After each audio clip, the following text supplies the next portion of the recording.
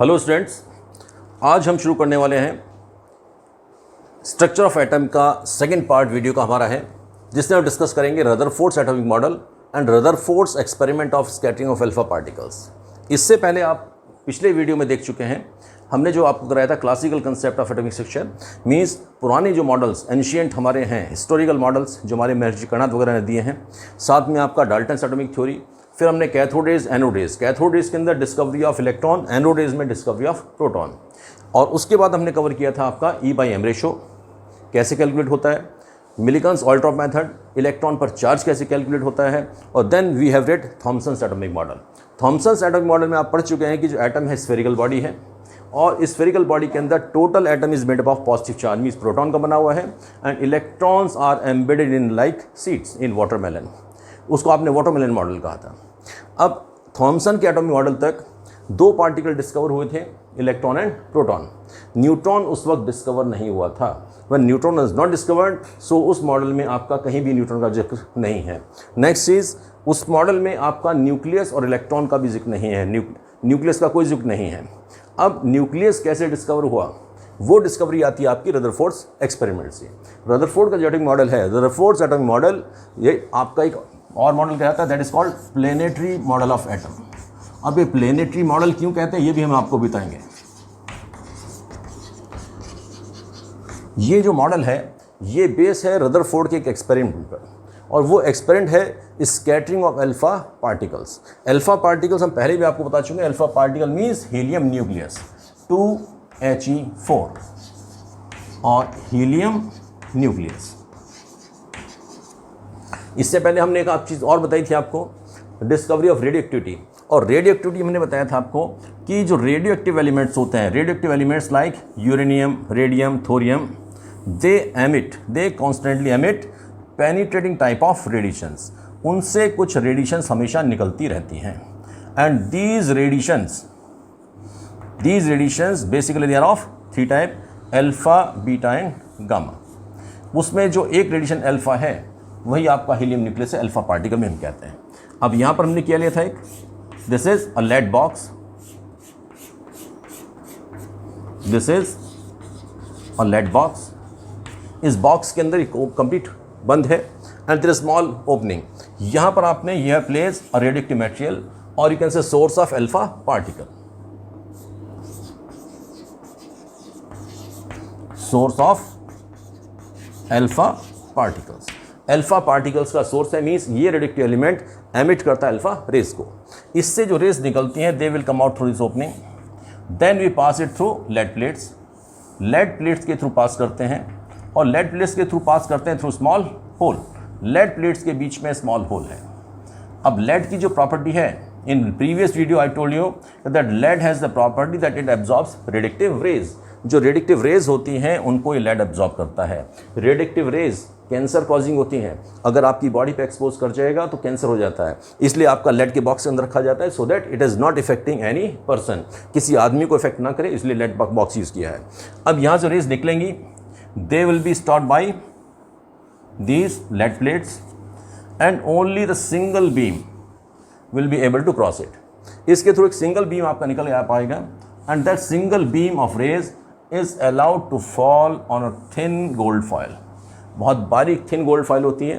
Gold सबसे ज़्यादा malleable metal है। Malleable means if you strike it with hammer, अगर आप हैमर से इसको मारेंगे तो it spreads into thin sheet, बहुत बारीक शीट बन जाती है, फॉयल बन जाती है, जिसको आप हिंदी में वर्क भी कह सकते हैं। कि जैसे आपका चांदी का वर्क होता है, विच यूज्ड ऑन स्वीट्स, मिठाई पर आपने देखा होगा चांदी का वर्क यूज़ होता है, ऐसे ही सोने का भी वर्क बनाया जाता है। सोना आपका जो गोल्ड है, that is more malleable in comparison to silver, यानी सिल्वर से भी पतली शीट आप बना सकते हैं, किसकी, गोल्ड फॉयल की।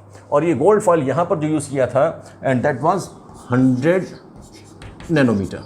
100 nanometre means 1 nanometre is 10⁻⁻9 metre.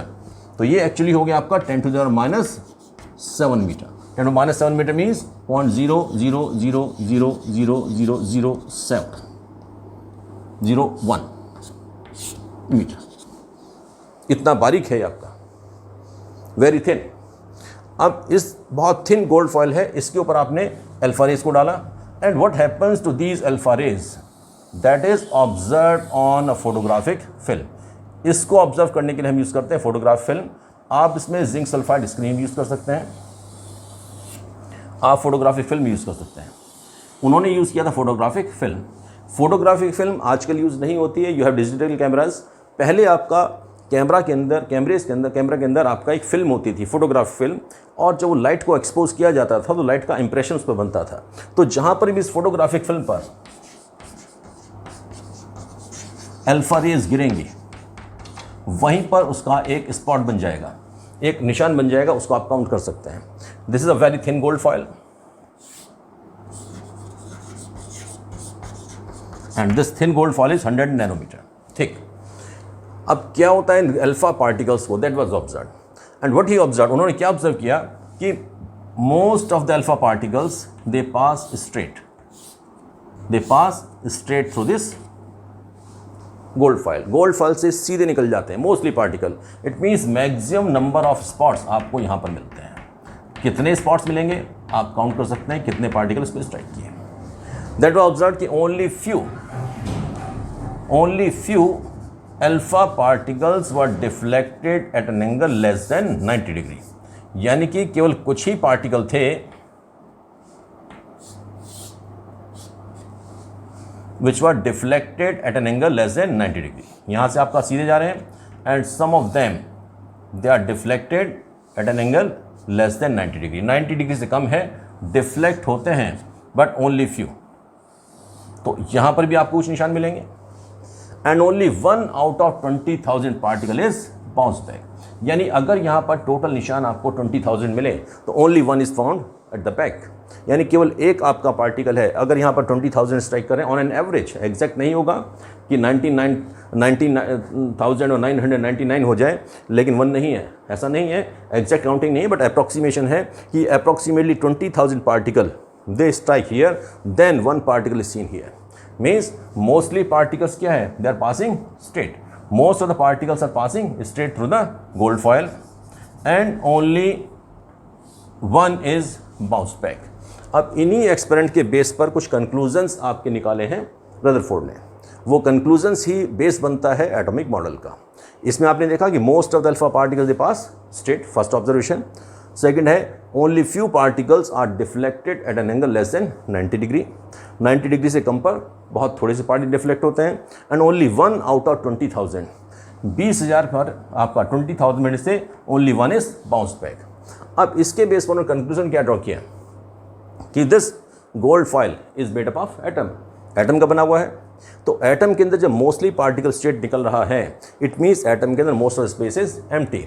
आपने जो मॉडल पढ़ा था इससे पहले थॉमसन का, थॉमसन एटॉमिक मॉडल आपका ऐसे था कि it is spherical body and spherical body में क्या है, this total atom is made up of positive charge. Thomson कहता है कि आपका this is made up of positive charge and negative charge electrons are embedded in like seeds in watermelon. जैसे तरबूज में, वाटरमेलन में सीड्स होते हैं, ऐसे इसके अंदर इलेक्ट्रॉन्स होते हैं। अब अगर एटम ऐसा है and gold is made up of atom, then what will happen, ये अल्फा रेज जब इसके अंदर जाएंगी तो ये पूरा का पूरा सॉलिड है, तो क्या होगा, दे विल बी स्टॉप्ड, या अगर निकल भी पाएगा, क्रॉस भी करेगा तो उनकी स्पीड स्लो हो जाएगी क्योंकि it is made up of matter. लेकिन यहाँ मोस्टली पार्टिकल सीधे निकल जा रहे हैं, इसका मतलब मोस्टली स्पेस के अंदर खाली है। Most of the space in an atom is empty, यानी मॉडल एटम का ऐसा नहीं हो सकता है। पहला कंक्लूजन कि most of space in atom is empty. Second हम बात करते हैं कि few particles are deflected at an angle less than 90 degree. 90 degree से कम पर कुछ ही पार्टिकल डिफ्लेक्ट होते हैं। डिफ्लेक्ट होता है means they are being repelled. अब देखिए इनको बीच से रिपेल किया जा रहा है तभी हट रहा है। अब यहाँ से this gold is made up of atoms. Atom के अंदर ऐसी क्या चीज़ है जो इन पार्टिकल्स को रिपेल कर रही है। अल्फा पार्टिकल जो होता है दैट इज पॉजिटिव चार्ज। जैसे हमने पहले बताया था कि हीलियम के अंदर they are 2 proton plus 2 neutron the nucleus and 2 electron outside. जब ये 2 इलेक्ट्रॉन निकल जाते हैं and you get only 2 proton plus 2 neutron, ये कॉम्बिनेशन जो होता है that is basically alpha particle. तो जिस वक्त ये एक्सपेरिमेंट किया गया, when this experiment was performed, neutron discover नहीं था बट प्रोटॉन डिस्कवर था। तो हमें मालूम था इसका चार्ज भी, इसका मास भी। हमने E/m रेशो निकाला था, हमने चार्ज भी निकाला था। तो हमें मालूम था कि इस पर 2 यूनिट पॉजिटिव चार्ज होता है। अब if this particle is positive charge, तो पॉजिटिव को रिपेल कौन करेगा? पॉजिटिव। इट मीन्स गोल्ड के अंदर जो एटम्स हैं वहाँ पर कहीं ना कहीं पॉजिटिव चार्ज है, and that positive charge in very small space, वो कम स्पेस में होगा। क्यों? देखिए मैक्सिमम पार्टिकल तो यहाँ निकल गया, बहुत थोड़े से पार्टिकल डिफ्लेक्ट कर पा रहा है। इट मीन्स जो पॉजिटिव चार्ज है बहुत कम स्पेस में है, और वो कम स्पेस में है, उसी को हमने कहा यहाँ पर न्यूक्लियस। थर्ड चीज़ कंक्लूजन आपका आता है कि only 1 out of 20,000 particle is bounce back, यानी जब 20,000 यहाँ पर निशान आपके आते हैं तो 1 इज बाउंस बैक। तो एक बाउंस होने का मतलब है कि अब ये जो बाउंस बैक हुआ ये टकरा कर वापस आया होगा। जैसे आप बॉल लें और बॉल को स्ट्राइक करने विद बॉल, आप दीवार पर बॉल मारें वापस आती है। This particle is coming back. It means ये पार्टिकल कहीं किसी सॉलिड ऑब्जेक्ट से कोलाइड किया, इसने स्ट्राइक किया किसी सॉलिड ऑब्जेक्ट को, और तब ये वापस बैक आया। इसका मतलब क्या है कि जो एटम है उसके अंदर कहीं पर कोई सॉलिड ऑब्जेक्ट है जो अल्फा पार्टिकल को स्ट्राइक करने पर पीछे फेंक देता है, मीन्स कोलाइड करते ही वापस कर देता है। इसका मतलब क्या हुआ कि जो छोटा सा स्पेस जो आपका सॉलिड ऑब्जेक्ट है वो बहुत छोटा है, क्योंकि 20,000 टाइम तो स्पेस फ्री है, 1 टाइम इज सॉलिड। तो जैसे कि जो सॉलिड पार्ट होगा एटम के अंदर का वो आपका बहुत छोटा होगा। ये 3 कंक्लूजन्स निकाल करके ही रदरफोर्ड ने अपना एटॉमिक मॉडल दिया। उसने क्या कहा कि एटम जो है, atom is a spherical body. अब कैसे एक्सप्लेन होगा ये एक्सपेरिमेंट, वो भी हम बता देते हैं आपको।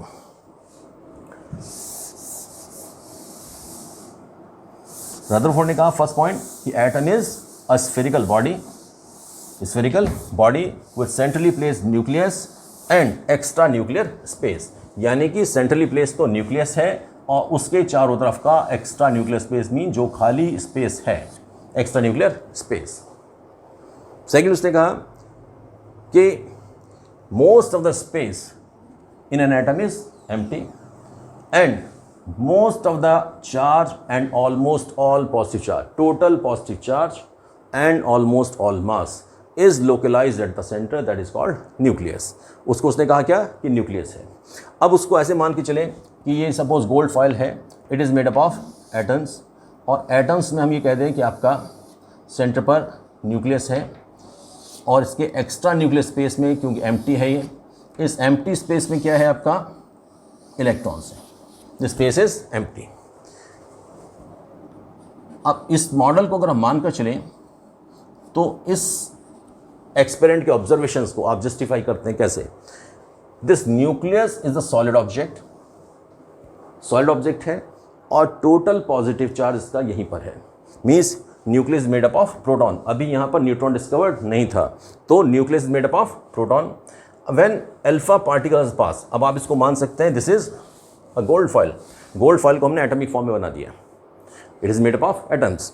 When alpha particles will come across it, then these alpha particles will pass straight, ये सीधे निकल जाएंगे because the space is empty, so most of the alpha particles they pass straight. Now those alpha particles which will come close to this nucleus, जो nucleus के पास आएंगे they will be repelled by it। जैसे ही nucleus कैसा है, positive है, they will be repelled and repulsion से it will be deflected। अब ये डिफ्लेक्शन क्या होगा? Less than 90 degree, this is deflected. तो most of the alpha particle they pass straight because most of the space is empty. Second हमने कहा few particles are deflected at an angle less than 90 degree, 90 degree से कम पर deflect होते हैं। इसका मतलब इन पर अल्फा पार्टिकल पर कैसा चार्ज है, अल्फा पर कैसा चार्ज है, पॉजिटिव, तो न्यूक्लियस भी पॉजिटिव है, पॉजिटिव रिपेल करता है। देन वी से only 1 particle after 20,000 is bounce back. अब देखिए मैक्सिमम पार्टिकल निकलते जा रहा है, आपका जो भी इस एरिया में आएगा ये सब निकल जाएगा, न्यूक्लियस के पास वाला आपका डिफ्लेक्ट हो जाएगा, this will be deflected and the particle which strikes this nucleus.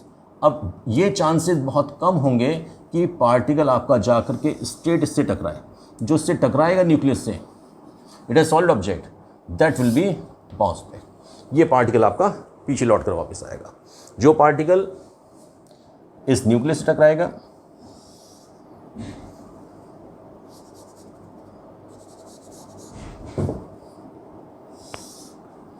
That will be bounce back. Means यहाँ पर maximum particles will be able to cross through the atom. ये बेसिकली एक्सप्लेनेशन था आपका रदरफोर्ड का। उसमें explanation क्या कहा कि atom is made up of positive and negative charges, दो चीज़ें हैं इसमें, centrally placed nucleus and extra nuclear space. Most of the space in an atom is empty. उन्होंने कहा कि एटम के अंदर मोस्टली जो स्पेस है वो आपका खाली है, mostly space is empty and total positive charge and almost all mass, almost all means almost 100% mass is localized at the center and that is called nucleus। इसको उन्होंने कह दिया न्यूक्लियस, इसको कह दिया उन्होंने न्यूक्लियस। तो इस पर आपका टोटल पॉजिटिव चार्ज है and almost all mass. Almost all mass means basically यहाँ पर आपका देखिए दो ही चीज़ें हैं, प्रोटॉन एंड इलेक्ट्रॉन। इलेक्ट्रॉन का मास जो होता है that is negligible in comparison to the mass of proton. तो सारे प्रोटॉन यहीं पर हैं, बाहर इलेक्ट्रॉन है, इलेक्ट्रॉन का मास नेग्लिजिबल होता है, तो उसको हम इंक्लूड करें या ना करें फ़र्क नहीं पड़ता है। तो almost all mass is here at the nucleus. Then next उन्होंने जो कैलकुलेशन कहा कि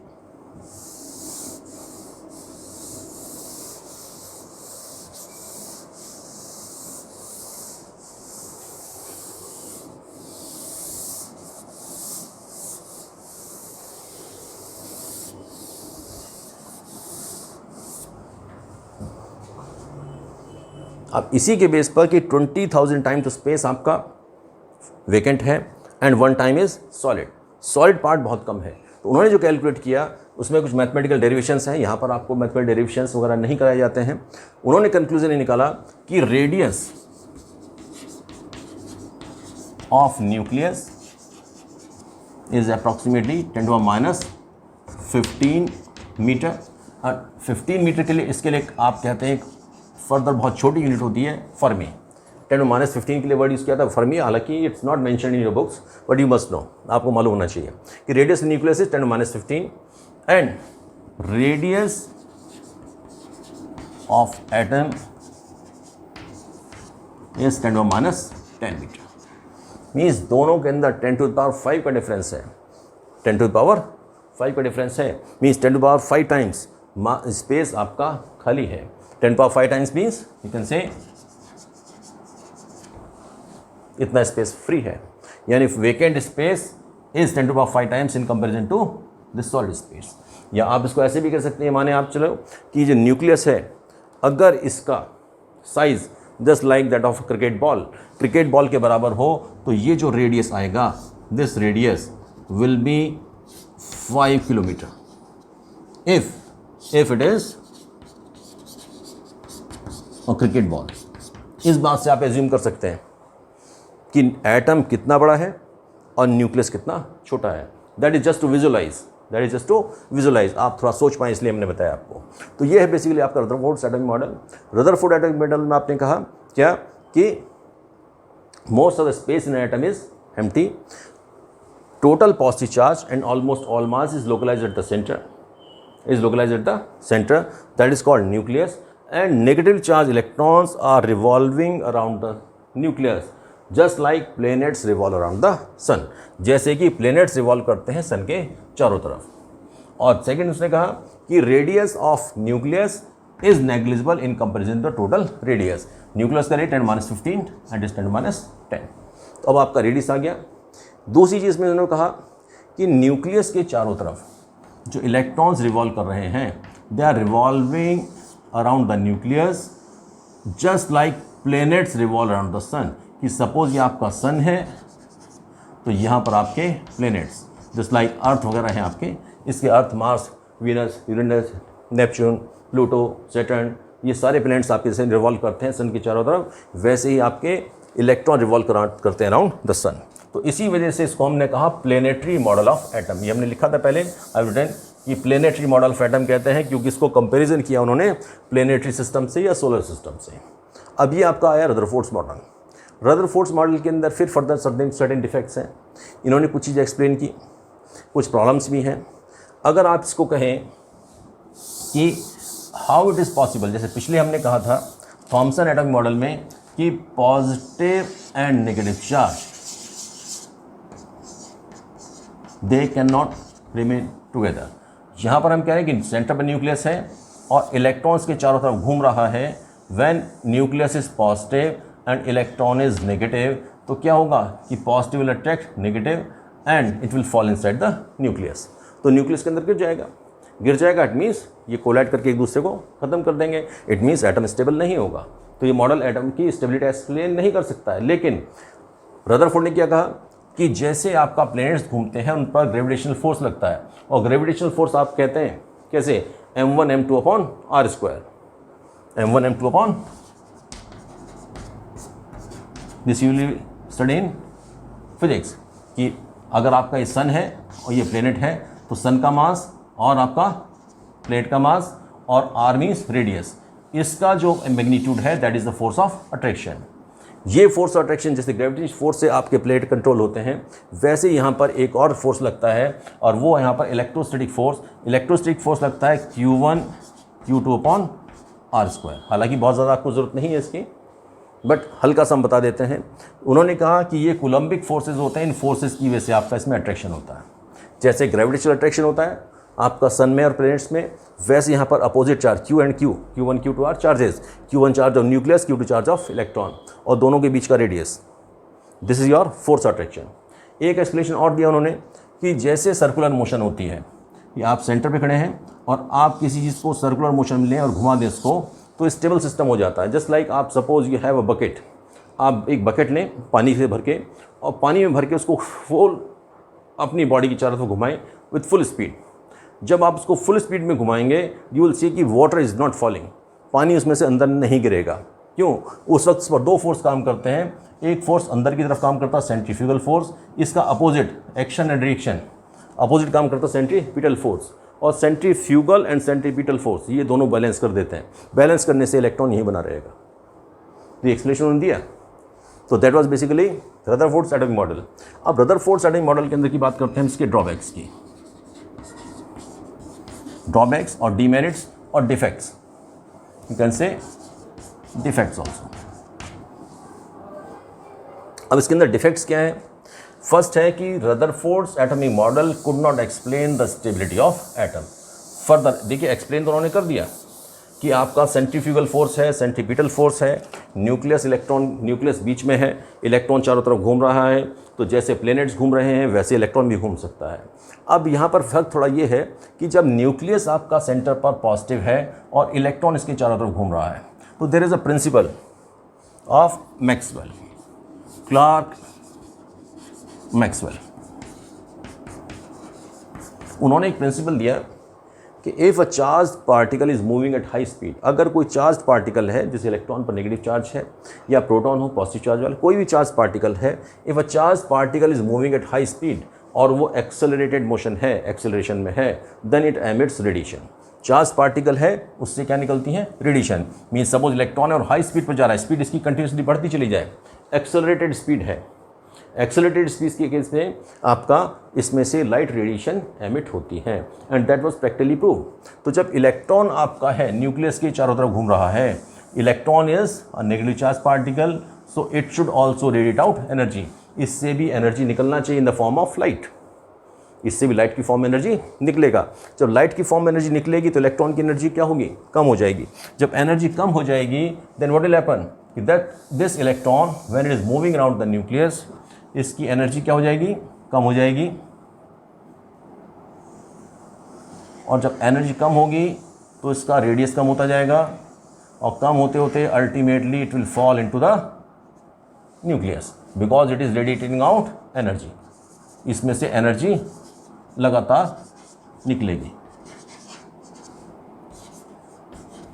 एच न्यू मैंने लिखा है इसको, आप इसको लाइट रेडिएशन मान सकते हैं। Later on you will study H new क्या है। ये फोटोन है, ये लाइट के रेड केस में एक पार्टिकल होता है, ये आपको पढ़ाया जाएगा प्लैंक्स क्वांटम थ्योरी में। But just I am telling you कि आप you should know H nu means light radiation, H nu means light. तो electron when it is moving around the nucleus then its energy should decrease because it will radiate out energy। इसमें से continuously energy निकलता जाएगा, energy निकलने से इसकी radius कम होती जाएगी and ultimately it will fall into the nucleus। और जब ये न्यूक्लियस में गिरेगा तो क्या होगा? इलेक्ट्रॉन जैसे ही कोलाइड करेगा, बॉम्बार्ड करेगा एट न्यूक्लियस को, immediately they will spoil each other, they will destroy each other, एक दूसरे को डिस्ट्रॉय कर देंगे। और जब डिस्ट्रॉय कर देंगे तो एटम खत्म हो जाएगा। बट यू हैव रेड कि atom can neither be created nor destroyed, atom stable होता है। When atom can neither be created nor destroyed, तो होता है नेचुरल है, आपको मालूम है। ये मॉडल क्या है, डिस्ट्रॉय हो जाएगा। तो क्यों डिस्ट्रॉय नहीं होता, there is no explanation with Rutherford. Rutherford इसका कोई एक्सप्लेनेशन नहीं दे पाए कि ऐसा क्यों नहीं होता है। सेकेंड एक चीज़ और आती है which is not mention in the book कि when it will radiate out continuously energy, इससे जब कंटिन्यूसली एनर्जी निकलेगी तो इसका स्पेक्ट्रम जो होगा that should be continuous. Spectrum हम जानते हैं, इसको भी डिटेल में पढ़ेंगे हम लेटर ऑन। जैसे आप वाइट लाइट होती है and when this white light is pass through a prism then it splits into 7 colours, जिसको आप विब्ग्योर कह देते हैं। हालांकि ये छोटा सा पार्ट होता है स्पेक्ट्रम का, it is only the coloured part which will see. जो स्पेक्ट्रम जो लाइट रेडिएशन में हम देख पाते हैं, खाली इसको देख पाते हैं, इससे कम और ज़्यादा वेवलेंथ वाला पार्ट हमारी आइज़ नहीं देख सकती हैं। ना तो हम एक्सरेज देख सकते हैं, ना गामा रेज देख सकते हैं, ना हम रेडियो वेव्स देख सकते हैं, ना हम माइक्रोवेव देख सकते हैं। बहुत सारी वेव्स और होती हैं लाइट रेडिएशन में, उनको हम नहीं देख सकते, हम केवल इसको देखते हैं। ये जो स्पेक्ट्रम होता है, ये लाइट रेज 7 कलर्स, ये कंटिन्यूस होते हैं बिल्कुल, इनमें कोई बीच में गैप नहीं होता है, कोई डार्क बैंड्स नहीं होते हैं। तो स्पेक्ट्रम ये कंटिन्यूस होता है। यहाँ भी बात मानी जाती है कि इसका स्पेक्ट्रम कैसा होना चाहिए, जब कंटिन्यूस लाइट आ रही है तो स्पेक्ट्रम शुड बी कंटिन्यूस। लेकिन जब एटम का स्ट्रक्चर देखा गया, it was a band spectrum. Band spectrum means उस स्पेक्ट्रम के अंदर कंटिन्यूस लाइट नहीं होती है, बीच बीच में आपके कुछ डार्क बैंड्स होते हैं। अब ये डार्क बैंड्स क्यों होते हैं स्पेक्ट्रम में, वो एक्सप्लेनेशन रदरफोर्ड के पास नहीं था। तो इससे आपका यहाँ पर आपका रदरफोर्ड एटम मॉडल फेल हो जाता है। अब रदरफोर्ड एटम मॉडल फेल हो गया, इसका मतलब ये नहीं कि साइंस रुक जाएगा, then will try for the next model. हम लोग कोशिश करेंगे दूसरे मॉडल की। साइंटिस्ट हैं, सभी लोग इसमें वर्क करते रहते हैं एंड वर्क गोज ऑन, काम हमेशा चलता है। साइंस से आपको ये इंस्पिरेशन मिलता है कि वर्क नेवर स्टॉप्स। अगर आप फेल होते हैं, you fail in something, you try for the next better thing, आप उससे अच्छी चीज़ की कोशिश करते हैं। ये एक लेसन है इसमें कि Rutherford model, Thomson atom model fail हुआ, रदरफोर्ड ने ट्राई किया, एक्सप्लेनेशन किया, ही गॉट द क्रेडिट, उनको एप्रिसिएशन मिला। उसके बाद ये मॉडल फेल हुआ, then will try for Bohr's atom model, next आएगा। तो डेवलपमेंट होता ही तब है, नई चीज़ें तभी आती हैं जब पुरानी वाली फेल होती हैं।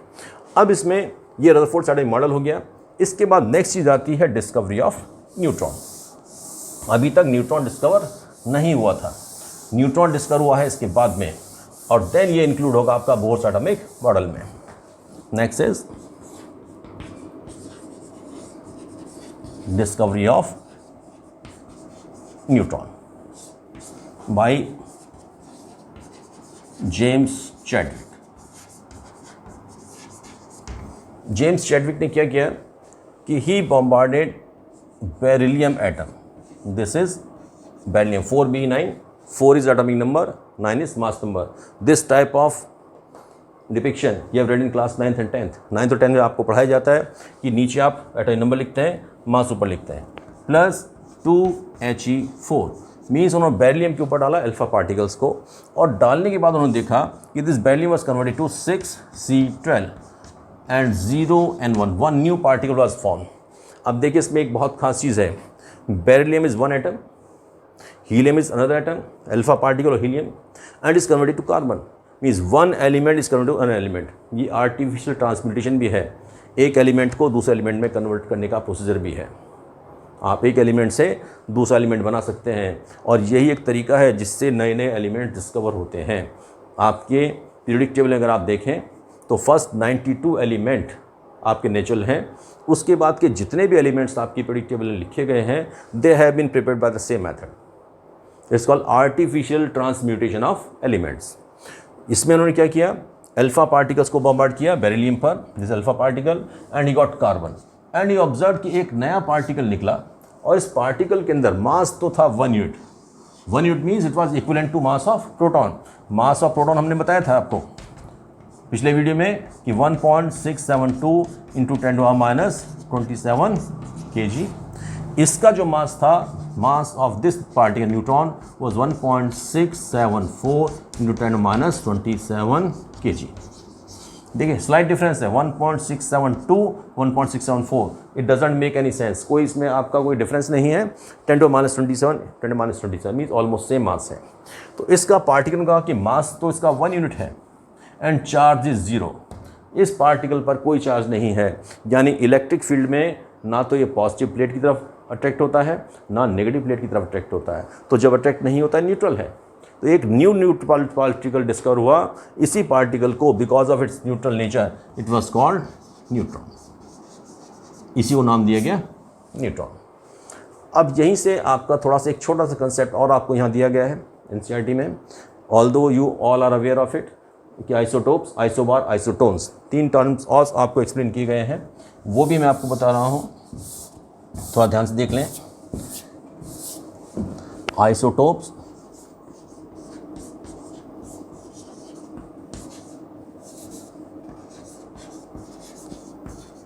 Isobars and isotones.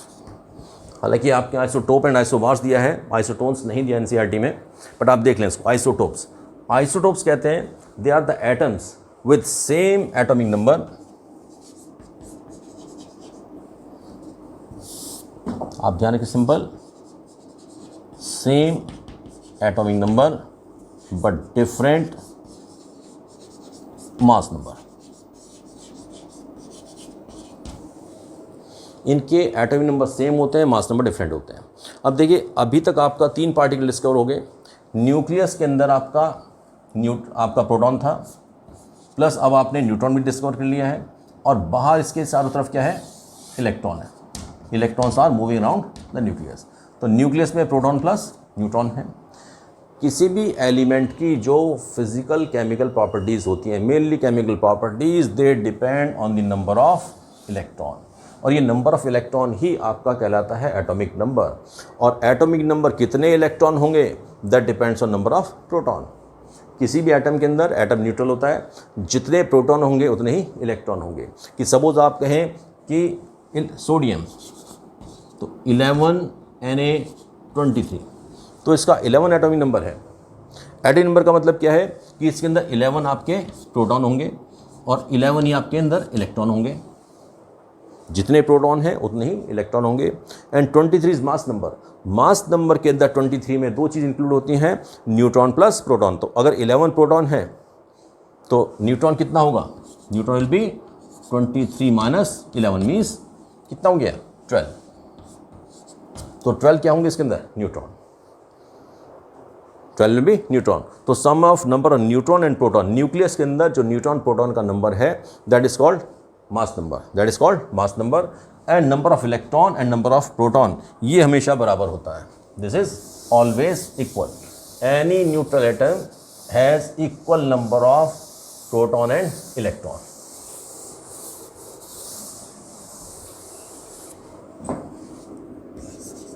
in a neutral atom,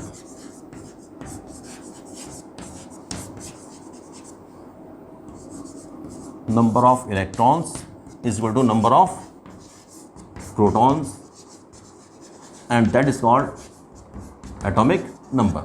And this atomic number, basically this atomic number decides the chemical properties. दूसरी तरफ आपका कहते हैं कि number of proton plus neutron, that is called mass number. इसी को आप मास नंबर कहते हैं। एटॉमिक नंबर को रिप्रेजेंट करते हैं आप Z से, मास नंबर को रिप्रेजेंट करते हैं आप A से। तो कभी भी कोई एलिमेंट आप लिखेंगे, एलिमेंट X है, नीचे आप लिखते हैं एटॉमिक नंबर Z, ऊपर लिखते हैं atomic number, mass number A। इसको ऐसे भी लिख देते हैं ZXA। आप कैसे भी लिखें, नॉर्मली बुक्स में ये रिप्रेजेंटेशन होता है, बट दिस इज़ बेटर क्योंकि ये मिक्सिंग नहीं होती आपकी। You are clearly you can see atomic number, mass number. अब इसमें देखें कि number of electron and proton will be same, that will called atomic number, और number of proton plus neutron will be mass number. किसी भी 2 element में अगर atomic number same होगा, मास नंबर डिफरेंट हो, तो उनको हम बोलते हैं आइसोटोप्स। जैसे आप कहें कि 1H1, 1H2, 1S3, ये हाइड्रोजन के 3 आइसोटोप्स हैं। ये आप लोग पढ़ते आ रहे हैं जूनियर क्लासेस में। आप कहते हैं इनको क्या, protium, deuterium, and this is tritium, and this is radioactive also. ये रेडिएक्टिव भी होता है। ऐसे आपने कार्बन के पढ़े आइसोटोप्स, 6C12, 6C13, 6C14। तीनों ही कार्बन है, देखें इनकी तीनों की केमिकल प्रॉपर्टी सेम होंगी। अगर आप इसको बर्न करेंगे, इसको बर्न करेंगे, इसको बर्न करें, तीनों के केस में कार्बन डाइऑक्साइड ही बनेगा, केमिकल प्रॉपर्टी सेम होगी। Atomic number is same 6, mass number is different, they are called isotopes. तो आइसोटोप्स का मतलब क्या हुआ, ये बेसिकली सेम एलिमेंट होता है।